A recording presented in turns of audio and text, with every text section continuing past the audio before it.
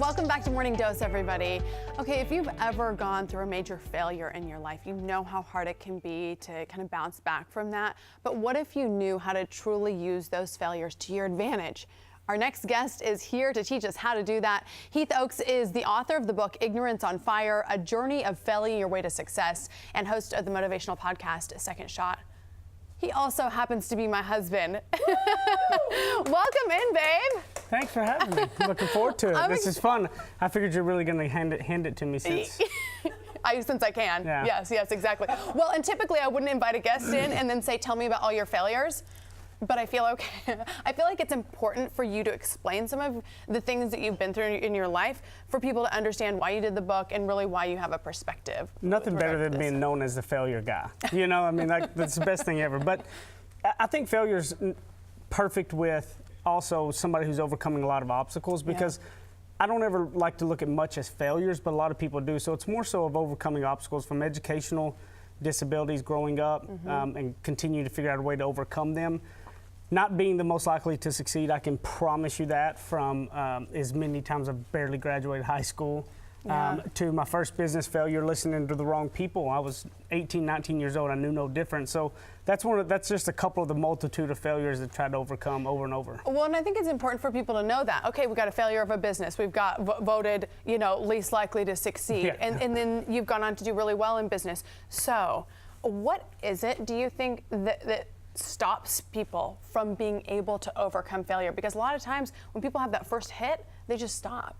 Well, a lot of it's, like we'll get into with the 5 things that I've really kind of put together that talk about in my book, though, is one of them is people who sit at people's tables. They're you got people who are sitting there that are putting negativity in people. So it's hard to overcome failure when you're sitting around a bunch of negative people. Okay. When you're consistently around that. Yeah. So let's talk about those top 5. First thing that you say is to just embrace the failure and own it. What do you mean by that? Well, that's the biggest thing. Is the first failure that I had, I was like on an uptick of a track of like the kid who did good, like I had the cool stuff, and then I lost it all.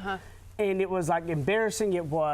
I had to go back and kind of eat my words. And so embracing it and owning it and just saying, you know what, screw it. I don't care what any of you say. I'm going to keep being me and keep moving forward to help me continue to move on in a big way. So that you don't get stuck in it. Absolutely. Okay. So the next thing you say, look at who is sitting at your table. You mentioned that. What do you mean by that? Well, when I talk about it, you look around your kitchen table. Who's bringing a fork and who's actually bringing something to eat? Like, you got a lot of people. Everybody has people sitting around their table, putting stuff in the air, eating all their food, bringing nothing but a fork and bringing no good, nothing positive to the relationship, and you keep letting them come sit at your table. Clear your table out, get the right people at your table that aren't just bringing silverware. Have people bring some food. That way you're not the only one bringing something to the relationship. I mean, I am the one that cooks every night. But I get what you're saying. Is favor considered that? Favor is considered cooking, for the record. Yes, thank you, it is. Okay, so the next one you say is know that you're not the only one. Everybody likes to believe that people who are successful have something that they didn't have or didn't have to overcome them. A lot of people think that. A lot of people go, oh, well, they didn't have that road. Everybody had the road. Everybody I know successful had a long dirt road, and they had a shovel, and they filled in one pothole at a time until it got easier and easier and easier. And then building on that, saying the greater the struggle, the greater the reward. That's something I hear you say that all the time. So it's kind of like we have to really go through it in order to find success. I'm a firm believer in our business that I do is a lot of 100% commission sales, and so I see a lot of people that fail and some that make it. The people who have the bigger struggle, the people who have everything fall wrong in every time they take a step, have like the biggest careers of success. Interesting. And so I've always thought that it was perfect that it is.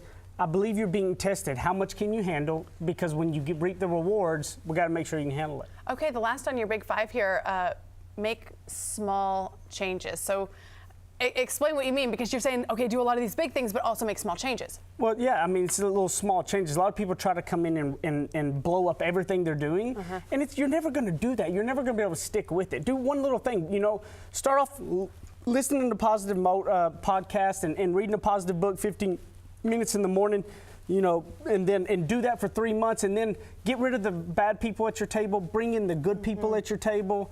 Do one little thing at a time, because changing your mindset and where you have to be in order to handle all of those struggles It's something that's a 5-10 year journey. It's not a quick fix. It's not a get rich quick scheme. It's not anybody who sells you that is selling you a lie. Yeah. Because this struggle is a long-term, consistent changes that'll make it better over time. Well, thank you, babe. Thanks for having me. That was so good. He inspires me. He does. I mean, he does. You've helped me to really sort of reformulate my own morning routine and get into more of a positive mindset. So thank you for coming on. Thanks, hon. Okay, so the book is Ignorance on Fire, A Journey of Failing Your Way to Success, if you want to check it out. Thank you so much. You were awesome. You did great. You killed it. Okay, Shane, we'll send it over to you.